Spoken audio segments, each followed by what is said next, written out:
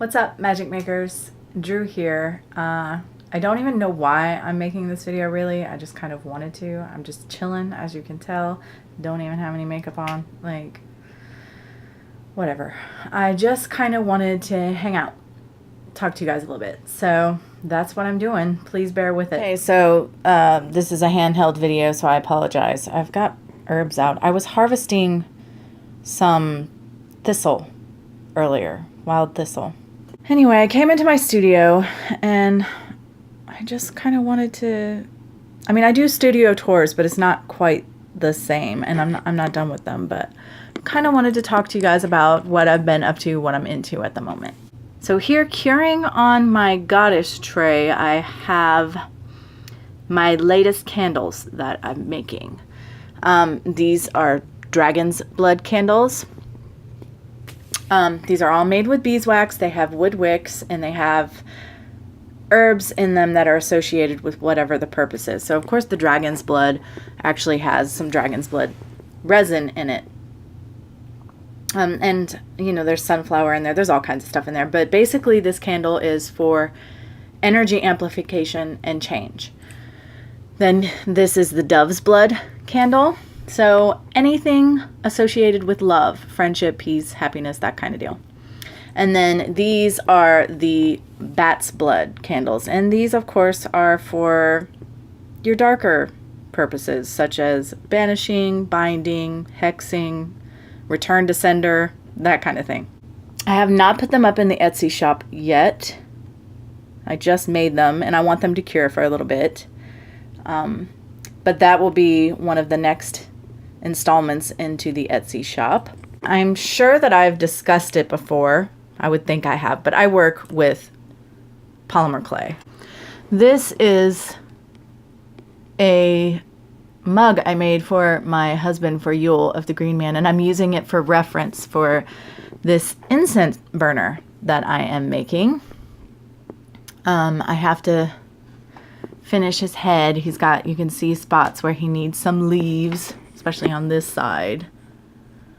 So I have to fill in the leaves, and then I have to make his face, and then I'm going to put an extra layer on the bottom because I made it in pieces, and you can see I want it to be very stable and sturdy. So I'm going to add a bottom layer. That'll go up in the shop. His little, you can kind of see the little hole where the incense goes. I just ordered some new bottles because I like to make fairy bottles, and I also like to make my pen sets with bottles. So over here, like this is made with a much smaller bottle than the one I just showed you, but it's a bottle. It's a little fairy bottle. I love working in miniature. I just love the little tiny details. It's so fun. That's my acorn bottle. It's also a bottle. My little gargoyle is not a bottle. He's just a little amulet. You could either just set him like he is, or you could actually wear him as a pendant. He's flat on the back, so. Next to that is my little, I call it my witch's hut bottle. I think it's adorable. Look, oh, focus. There's a little broom, and there's a cauldron, and a black cat, and some wood, and it's all dirty and distressed. I'm not showing you guys this because I'm trying to sell my stuff. I am trying to sell it, obviously. It's in my Etsy shop, but I just adore making these things. This is a little fairy house. Like, it's a gourd. And again, it opens up and you can put oils or whatever inside. This is the first pen set that I made, and it's sea themed. And I did not use a bottle for this one, and I don't like it. It's not sturdy. It's not substantial. Look how cute those little, oh my God, I love polymer clay. And it's got a mermaid tail. This one is not for sale in my shop. I don't use it either. I probably should. I'd probably give it away as a gift at some point, but it's just not stable, as stable as I would like it to be. But that was my first pen set. This is how I prefer to make my pen sets now. If you see, it's shorter than this bottle, but this is a bottle that I covered with clay, and it's much more stable and substantial for my pen to sit in, and I just prefer that way. I've got so many ideas. I've got a little notebook full of ideas of pen sets, and I'm going to start making switch plates for like light switches, stuff like that. Over here is my little goddess bottle. I made 2 of them. One of them didn't turn out as good. I didn't want to sell it. I didn't think it was good enough, so I gave it to my husband. I love this. This is also made of polymer and other things, but it's like a little fairy lamp. It's not for sale. It's just mine. Me and my family were crazy about the Beatles, so it's Penny Lane and Abbey Road. But it's like it's like a little fairy light stand.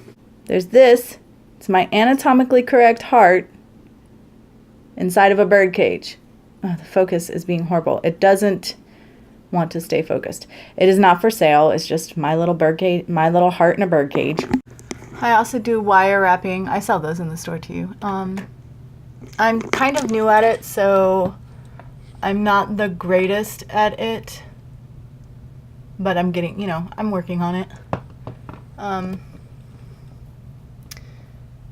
This is Blue Tiger Eye, then this one was petrified wood, and this one, some form of agate. I'm not 100% on what kind of agate. I have these little toadstools around my studio that I've made out of polymer, and they're just for decoration. Who doesn't like, what witch doesn't like mushrooms? I don't know. I'm sure there's some somewhere, so nobody take offense, but I love bees. I work with beeswax, so I took a stamp and stamped in some clay and made like a thumbtack out of it, stuck it in the wall. It's got a little bee trail going around, my honey sign. Up here is my dragon tarot box. And he's just a cute little baby dragon protecting your tarot. He's got an amethyst in his tail. And I wanted it to look scorched, so there's this black around. And your cards go down inside of that. It fits a standard size tarot deck. I had a mermaid undersea themed one, but that one already sold. This is the box I keep my tarot deck, my favorite tarot deck in. And I've got my little potions and my books and crystals, and there's a little smudge stick, and there's lavender and rosemary, and there's a candle burning, and on a little wooden table. And when I open it up, my favorite deck is inside. So, of course, that's not for sale. I've got my little baby dragon. He's an incense burner. The incense sits right there in that hole. And he's holding a peridot. He's just chilling. I love his little spots. I just adore working with polymer. This is a little mermaid bottle that I made, but the fin broke, so it's obviously not for sale. It's just for me. Or maybe I'll gift it to somebody who doesn't care that it got broke. Here is a rose incense burner, and the incense goes right down in the center. The leaves are kind of chunky, but I still think it's cute. And this is all made out of leftover clay. Like little bits of clay, the colors get mixed, whatever, and you can't really use them in your project anymore, and you throw it aside. And you can use it for scrap. It's scrap clay. And I just mixed it all together, and it turned into these beautiful colors. And I made this rose out of it. This is an incomplete project. It's a oyster shell that I've added polymer to. I'm making a little undersea theme scene inside of it. I really like making coral and stuff, if you can't tell. This is a little offering bowl. I had 3. I sold 1. I gave 1 away.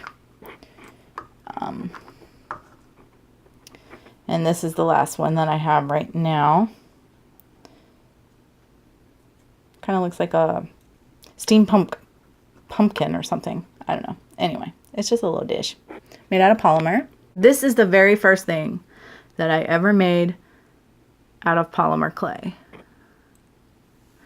It is a little witchy house jar. It's not the greatest work ever, but it's kind of cute. It's not for sale either. A lot of the things I make aren't really. I've brought you into my son's rooms, so excuse the lighting. This is the little pickle Rick that I made, my youngest son. It's so funny. This hourglass that I made my youngest son, it's kind of wonky, but he collects hourglasses and he really liked it, so I was happy with that. Actually spins. It would be better if I spun it with both. So yeah, it has amethysts on the top and bottom, and the sand in the timer is magnetic sand, some quartz and some black tourmaline, a bunch of moss. It is not my best work ever, but he liked it, so I'm happy with it. And my older son, I made him Totoro. So here's the little figure, and then this is the little keychain that I made. Little Totoro. So cute. I forgot this little ivy box. It's just a little box that you can keep tchotchkes in, covered in this ivy with these different kinds of leaves and flowers. This is my goddess rock that I made out of polymer clay, and I wanted it to look like it had been carved out of a rock, so she's very bumpy and lumpy. And then I just painted over it with different shades of gray and white and brown. And here's my god rock, and they live here on my conjuring cabinet. Again, polymer clay. Wanted it to look like a rock, so I think that's about all that I have right now for polymer. Here is my rose water. This one is made from pink. Very, very, very pale pink. So the color didn't really, it just turned the water kind of a yellowish color. And this was made with white. So the water is almost clear.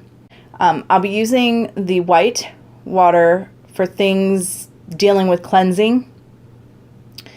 The light pink water that I made, I am going to be using for friendship, happiness, peace, that kind of thing.